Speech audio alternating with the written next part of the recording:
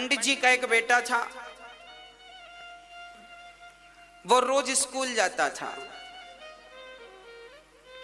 School जाता तो सर्दियों का समय था, दरबार, राजा का दरबार बाहर लगता था। सर्दियों में धूप में बड़ी चेयर पड़ी है, राजा साहब बैठे हैं, मंत्री संतरी बैठे हैं।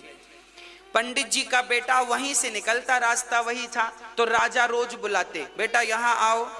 और राजा उस बच्चे के सामने 2 सिक्के रखते, एक सोने का एक चांदी का। और राजा रोज बच्चे से पूछते, बेटा बताओ कौन है, कौन ज्यादा कीमती है। तो ब्राह्मण बालक बोला, राजा साहब चांदी ज्यादा कीमती है।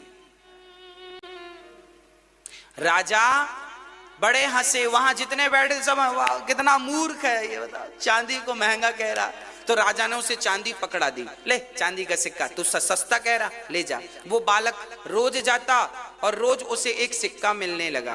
किस बात पर मिलता? क्योंकि राजा को हंसी आती, राजा और वहां मंत्री संतरी थे, सब हंसते, कितना मूर्ख है पंडित जी का बेटा, कितना मूर्ख है, मूर्ख है। लोग बड़ा हंसते। अच्छा, लोगों को बड़ा मजा आता है यदि आपको मूर्ख बना के वो हंसे, बड़ा मजा, हाँ हाँ बड़ा, हमने मूर्ख बना दिया, मूर्ख। पंडित जी का बेटा रोज जाता और उससे रोज एक चांदी का सिक्का मिलता। देखते देखते उस बच्चे के पास 25-30 किलो चांदी हो गई। किस बात पर? मूर्खता पर। चलो आगे चलते हैं। एक दिन उसके पिताजी को राजा ने बुलाया और राजा ने कहा, पंडित जी तुम्हारा बेटा बड़ा मूर्ख है। पंडित जी को बड़ा बुरा लगा, राम राम राम राम राम, मेरा बेटा मूर्ख है, नाम खराब कर दिया मेरा। पिताजी गुस्से में गए, क्यों रे, तू मूर्ख क्यों है? बेटे ने कहा, पिताजी मैं कैसे मूर्ख हूं? अरे बोले, राजा तुझे रोज पूछते हैं कि सोना कीमती है कि चांदी, तो तुझे पता नहीं है कि सोना कीमती है? बच्चे ने कहा, पिताजी मुझे खूब पता है कि सोना कीमती है, तो चांदी क्यों कहता है?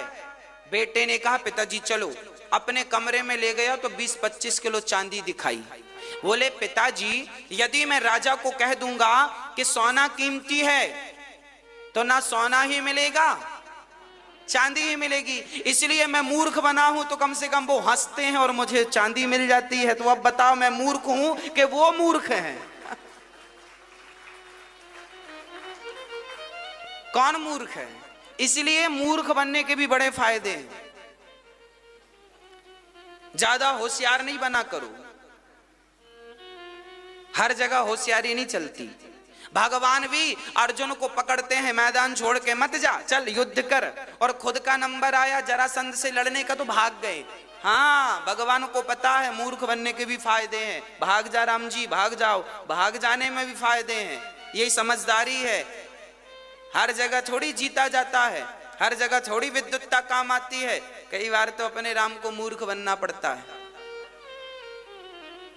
मूर्ख बनोगे तो सीखोगे। चलो मूर्खता के कुछ और उदाहरण देता हूं। बिहारी जी को प्रकट किया किन्होंने? श्री हरिदास जी महाराज ने। किन्होंने प्रकट किया? श्री हरिदास जी महाराज के शिष्य का नाम था तानसेन। क्या नाम था?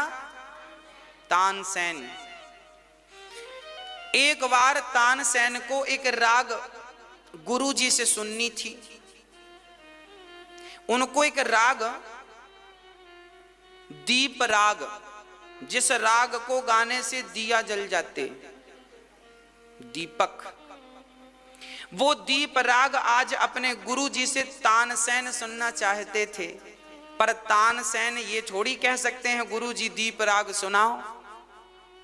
अब कहेंगे तो गुरु को आज्ञा तो दी नहीं जाती, गुरु जी से तो निवेदन किया जा सकता है।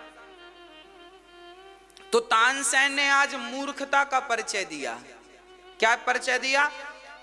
राग गाने लगे गुरु जी के सामने। गुरु जी हम आज गा रहे हैं सुनो। तो गुरु जी के सामने गाने, जान करके उल्टा गाए, गलत सुर लगाए, गलत गाया, जान करके तानसेन गलत गाए। जब उन्होंने अपने आप को मूर्ख बनाया, गुरुजी मुझे आता नहीं है, देखो मुझसे गलती हो रही है, जब अपने आप को मूर्ख प्रेजेंट किया उन्होंने, तब गुरुदेव बोले बेटा ये ऐसा नहीं है, ऐसा है, मैं सुनाता हूं। अब लोग गुरुजी सुनाने लग गए, तानसेन की इच्छा पूरी हो गई। मूर्ख बनने से ये फायदे हैं कि आपको ज्ञान प्राप्त हो जाता है, और ऑलरेडी आप ज्ञानी हो तो आपको ज्ञान देगा कौन? मूर्ख रहेंगे तब तो लोग ज्ञान देंगे आपको। खाली बाल्टी रहेगी तब तो कुआं उसे भरेगा, ऑलरेडी भरी हुई बाल्टी कुआं में उतरे तो कुआं कहेगा चल, जब भरी ही थी तो आई क्यों यहां? यहां तो हम उन्हीं को जल देते हैं जो खाली आती हैं। कुआं ने कहा जा हम तुझे पानी नहीं देंगे क्योंकि तू ऑलरेडी भरी है, जा पहले खाली होकर आ, जब खाली होकर आएगी तो मैं अपने शीतल जल से तुझे भर दूंगा। बस जब आप खाली हो जाते हैं तब ज्ञान से भर जाते हैं, भक्ति से भर जाते हैं, प्रेम से भर जाते हैं। पर आप खाली हों तब तो भरें, खाली कहाँ हैं आप? तो आज से आपको क्या होना है? खाली। और खाली के लिए क्या बनना पड़ेगा? अंदर से तो ज्ञानी रहो, अंदर तो विवेक से काम लो, पर समाज के लिए जरा मूर्ख ही बने रहो, ठीक है।